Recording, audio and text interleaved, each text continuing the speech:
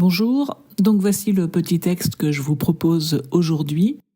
N'hésitez pas à appuyer sur pause le temps de votre méditation et ensuite vous pouvez poursuivre si vous le souhaitez la lecture de la vidéo pour écouter ce que ce texte m'a inspiré à moi. Mais vraiment, ce n'est pas une obligation, sentez-vous absolument libre. Le plus important, c'est vraiment ce que le texte vous dit à vous. Et si justement vous souhaitez partager, mais là non plus ce n'est pas une obligation, faites-le en toute liberté si vous le désirez. Donc si vous souhaitez partager ce que le texte vous a inspiré, n'hésitez pas à le faire en commentaire. C'est vraiment toujours inspirant de voir à quel point l'Évangile parle à chacun de manière très personnelle. Donc n'hésitez pas. Bonne méditation! Alors, en ce qui me concerne, il y a deux choses qui m'ont vraiment marqué en lisant cet évangile. La première, dont je ne m'étais jamais véritablement rendu compte, c'est sur les conditions de l'annonce de la naissance de Jean le Baptiste en comparaison avec les conditions de l'annonce de la naissance de Jésus. Et c'est là qu'on voit qu'avec Jésus, on entre vraiment dans une nouveauté radicale, parce que la naissance de Jésus, on le verra après, va être annoncée à une jeune femme dont on ne connaît pas la généalogie, et ça va se faire de manière totalement anodine dans le courant de la vie quotidienne, dans sa propre maison, alors que l'annonce de la naissance de Jean le Baptiste se fait dans un contexte culturel, religieux, très marqué, très fort, qui correspond tout à fait à la première alliance, puisqu'en fait cette annonce est faite à Zacharie, qui appartient à la classe sacerdotale.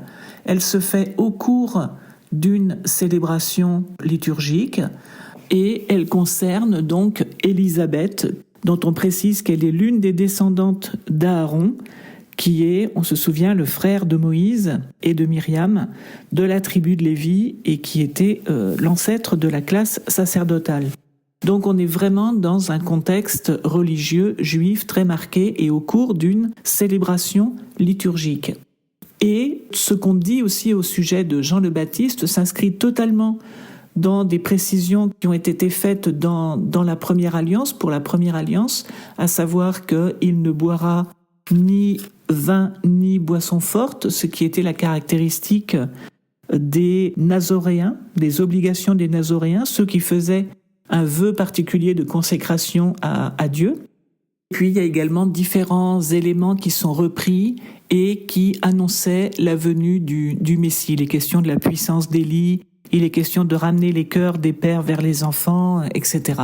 Donc on a vraiment une annonce qui se fait dans un contexte culturel religieux très très précis qui est vraiment celui du peuple juif et qui correspond à la première alliance.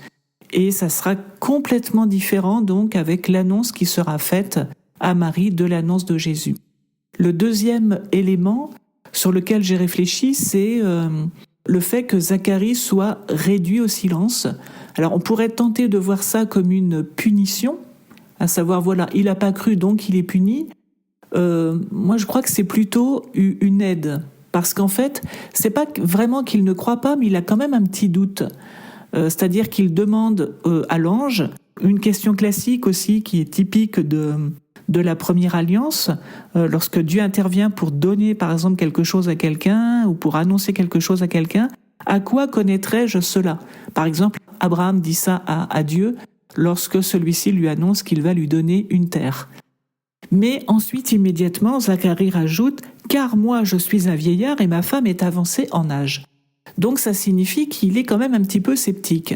Et en fait, ce scepticisme, ce doute, aurait pu être un obstacle ensuite, aurait pu le gêner lui, c'est-à-dire qu'on peut très bien imaginer qu'à la sortie donc de cette rencontre avec l'ange, il se demande au bout de quelques jours s'il n'a pas rêvé, si finalement il n'a pas eu une hallucination, si tout cela est bien vrai, etc. Or, le fait qu'il soit réduit au silence lui montre véritablement au quotidien que non, il n'a pas rêvé, que effectivement Dieu lui a parlé à travers son ange et que quelque part il en garde le signe dans sa chair, puisque depuis cette apparition, il ne peut plus parler. Et je pense qu'en fait ça va l'aider. Donc c'est toute la question de l'interprétation des interventions de Dieu dans la vie des gens De l'extérieur, je crois que c'est très difficile en fait de comprendre. Dieu seul sait pourquoi il agit de telle manière ou de telle autre. Et nous, en fait, voilà, on ne sait pas. Donc plutôt, là encore, laisser l'initiative au Seigneur.